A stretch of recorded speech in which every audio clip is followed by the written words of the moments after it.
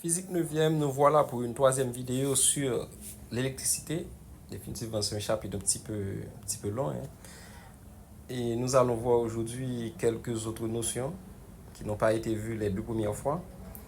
Et comme par exemple la notion de puissance électrique et d'énergie électrique. Vous savez déjà la puissance s'exprime en watts et l'énergie s'exprime en joules. Donc ça ne va pas changer pour l'électricité. Et comment on calcule la puissance et comment on calcule l'énergie? L'énergie, c'est la puissance d'abord à multiplier par le temps. La puissance en watts, le temps en secondes, l'énergie en joules.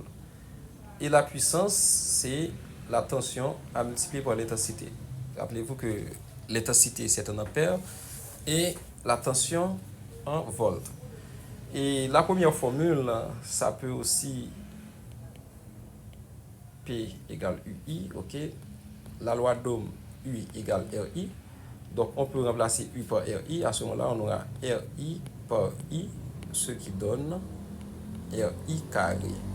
Donc on peut calculer la puissance de cette manière également. On prend la résistance à multiplier par l'intensité au carré. Il y a une différence à faire également quand on parle de résistance. Il y a la résistance vue comme étant une caractéristique. C'est ce qu'on dit. C'est pourquoi on dit que la résistance s'exprime en ohm. C'est une valeur, c'est une caractéristique. Donc tous les appareils ont leur résistance. Par exemple, je peux avoir une lampe. J'ai une lampe. Ok. Et je dis que la résistance de la lampe, c'est 2 ohms. Ça, c'est un cas. Il y a également un récepteur qu'on appelle résistance. Donc, normalement, la résistance, c'est un blocage au passage du courant électrique. Donc, lorsque vous avez une résistance qui est élevée, eh bien, le courant électrique passe avec beaucoup plus de difficultés.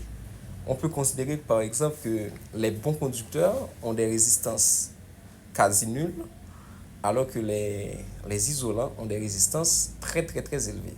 Ok, on pourrait dire que la résistance est égale à l'infini. Ce ne sera pas forcément le cas puisque, quel que soit l'objet, il sera conducteur ou isolant dépendamment de la tension à laquelle il est soumis. À un certain niveau, même l'air peut devenir conducteur. Si vous avez une très forte tension, eh bien, vous êtes à une certaine distance de la source de tension, eh bien, vous pouvez être affecté par cette décharge électrique parce que l'air en tant qu'isolant a une très forte résistance, certes, mais la tension étant très très élevée, eh bien, le courant arrive quand même à circuler. Donc, il y a des appareils qui ne font que chauffer. On les appelle des résistances mortes. Les résistances mortes. Comme par exemple un fer à repasser. Un fer à repasser, ça sert à chauffer. Comme par exemple un réchaud électrique. Ça sert à chauffer. Dans un circuit en général, on symbolise les résistances. Il y a un élément, une composante qu'on appelle résistance également, que vous allez retrouver dans vos circuits. Si vous ouvrez, je ne sais pas, un appareil chez vous, okay, un téléviseur, vous allez voir des composantes de cette forme-là avec des barres colorées. Ok, ce sont des résistances.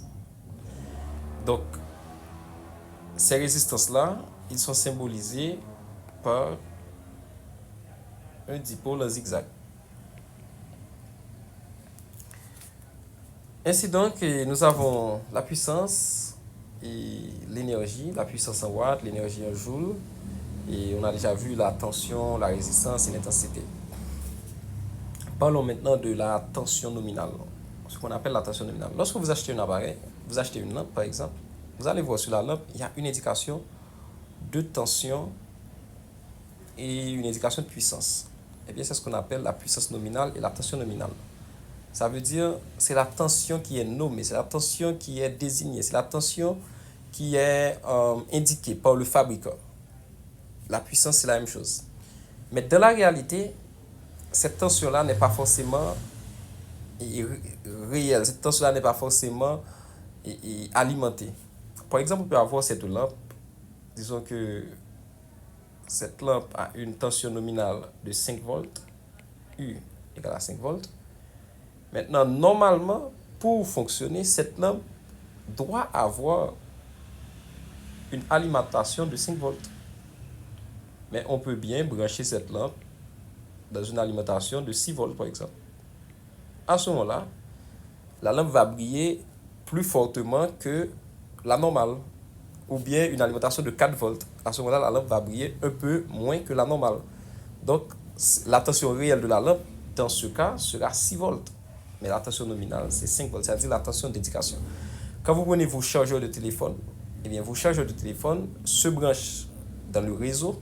Le réseau, c'est-à-dire le courant fourni de la ville par le DH.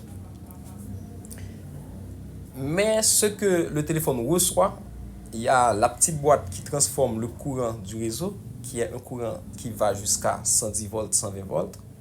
Eh bien, la petite boîte transforme le courant en un courant de 5 volts. Donc, la tension nominale est de 5 volts. Vous pouvez lire sur votre chargeur. Regardez votre chargeur, vous allez voir que c'est écrit 5 volts. Cependant, il peut y avoir un chargeur qui soit défectueux ou bien pour une raison quelconque, qu'on reçoive 6 volts ou 4 volts, etc. Donc, il y a pour les génératrices également, vous allez voir les génératrices, les onduleurs, ce qu'on appelle l'inverteur. Vous allez voir qu'il y a une puissance nominale.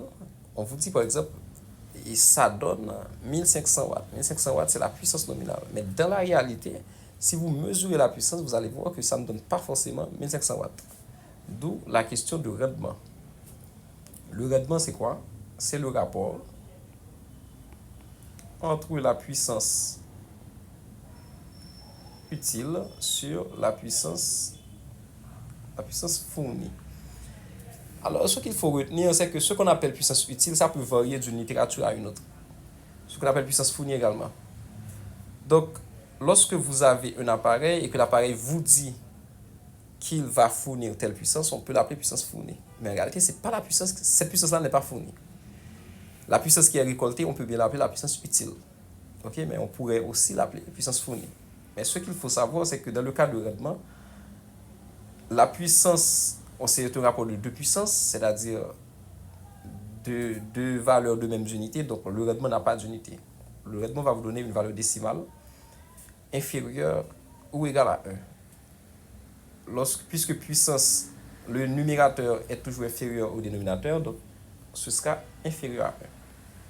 Le cas idéal serait où la puissance utile est égale à la puissance fournie, c'est-à-dire ce que l'appareil dit pouvoir donner, il le donne réellement. À ce moment-là, on aurait un rendement égal à 1. Un rendement égal à 1, ça voudrait dire 100%, ce qui n'est pas possible dans le cas réel. On peut aussi, à la place des puissances, utiliser les énergies. Ça ne change absolument rien dans la formule, puisque puissance, énergie, c'est encore puissance par temps, donc ça revient à la même chose. C'est comme si on simplifie par temps. Donc voilà, et on s'arrête là pour aujourd'hui.